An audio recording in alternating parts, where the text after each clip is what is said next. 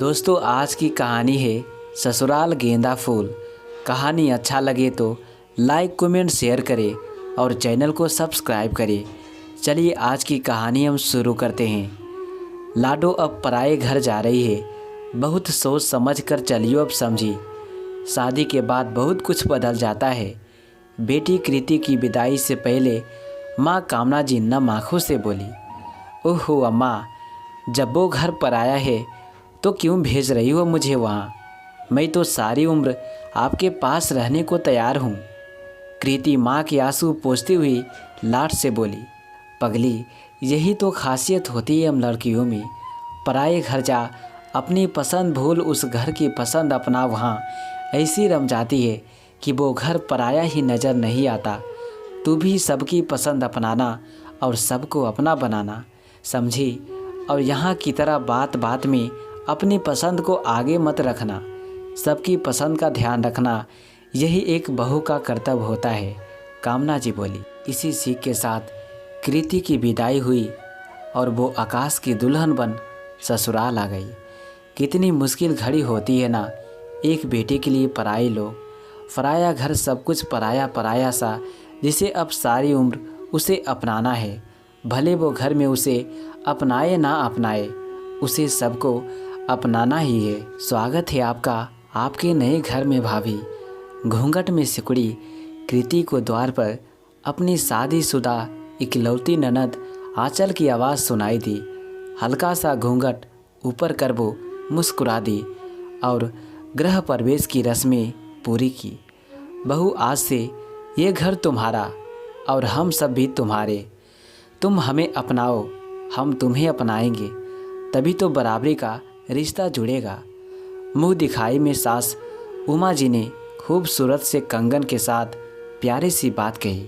जी mummy जी, सिर हिलाते हुए बोली कृति। सभी रस्में बहुत अच्छे से पूरी हुई और कृति को सभी घर वालों ने पलकों पर बिठाया। सास उमा जी उसे अपनी बेटी आंचल की तरह ही मानती। ससुर मदन जी कम बोलते थे पर सुलझे हुए थे। ननद आंचल ने तो कृति को भाभी कम, बहन ज़्यादा माना।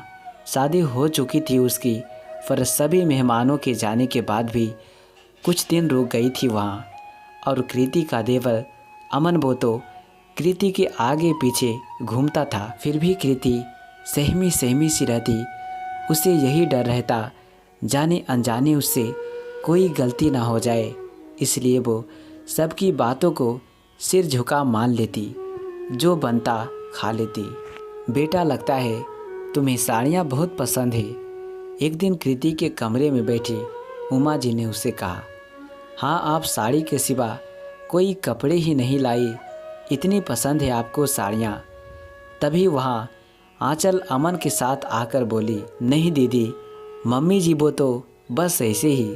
कृति सबकी उपस्थिति में झिझकते हुए बोली, हमारे भारतीय समाज में बेटियों को ससुराल के नाम पर इतनी सीख, इतनी हिदायतें दी जाती है, ना कि उनके लिए ससुराल एक ऐसी जगह बन जाता है जहां उसे भले कितना अपमान मिले, पर उनके मन में एक झिझक सी बनी रहती है जो जल्दी नहीं जाती।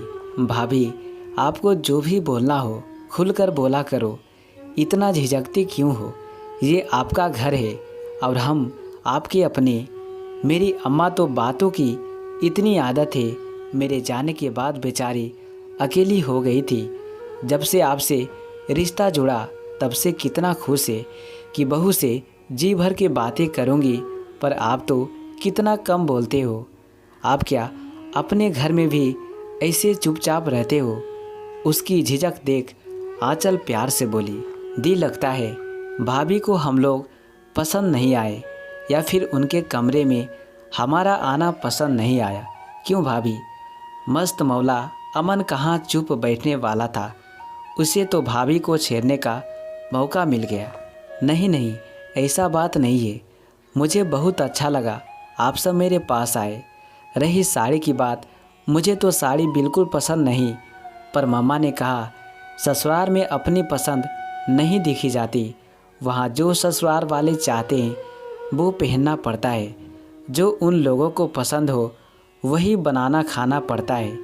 कृति नज़र झुकाते हुए बोली।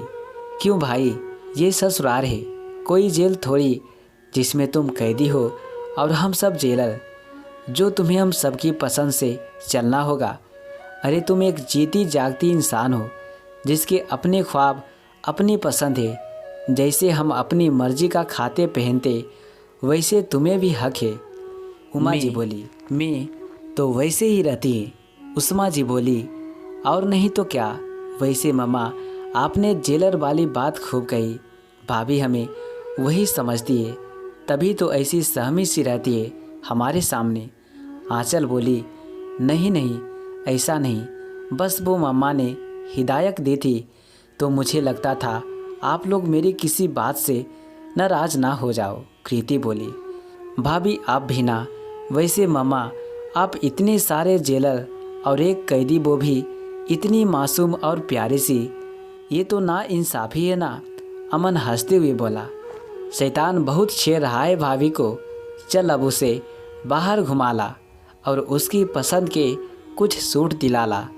आंचल भी तुम लोगों के साथ चली जाएगी और आकाश को भी फ़ोन कर देना, जल्दी आ, तुम्हें ज्वाइन कर लेगा। खाना बाहर ही खाना तुम लोग, यही तेरी सज़ा है अब।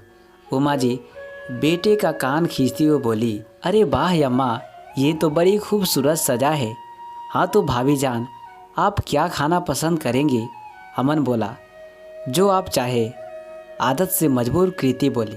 हे भगवान, अमन और आंचल दोनों सिर पीटते हुए बोले तो सब खिलखिला दिए, जिसमें सबसे तेज हंसी कृति की थी। शादी के बाद पहली बार जो खुलकर मुस्कुराई थी, वो भी अपनी मर्जी से। इतना प्यारा ससुराल जो मिला था। दोस्तों, हम भारतीय परिवार में शादी के समय लड़की को कितनी हिदायतें दी जाती है। ऐसा नहीं करना, ये नहीं पहनना, वो नहीं करना, मतलब कि जैसे अपनी मर्जी से जीना ही नहीं। माना कुछ ससुराल में बहू पर पाबंदी होती है, पर सब में नहीं। लेकिन बहू पूर्व गर्भों से ग्रसित हो सबको जल्दी से अपना नहीं पाती और रिश्तों में एक खिंचाव सा बना रहता है, जो गलत है। माना कुछ के लिए ससुराल कांटों की सेज होता है, पर कुछ के लिए ससुराल गेंदा फूल सा भी होता है। तो दोस्तों, ये कहानी आपको कैसा लगा, प्लीज़ कमेंट बॉक्स में अपना कमेंट करके हमें ज़रूर बताएं। और प्लीज़ जाते जाते ये कहना चाहते हैं, वीडियो आप देखते हैं और लाइक नहीं करते हैं तो प्लीज़ अपना भाई के लिए एक लाइक और शेयर कर दें।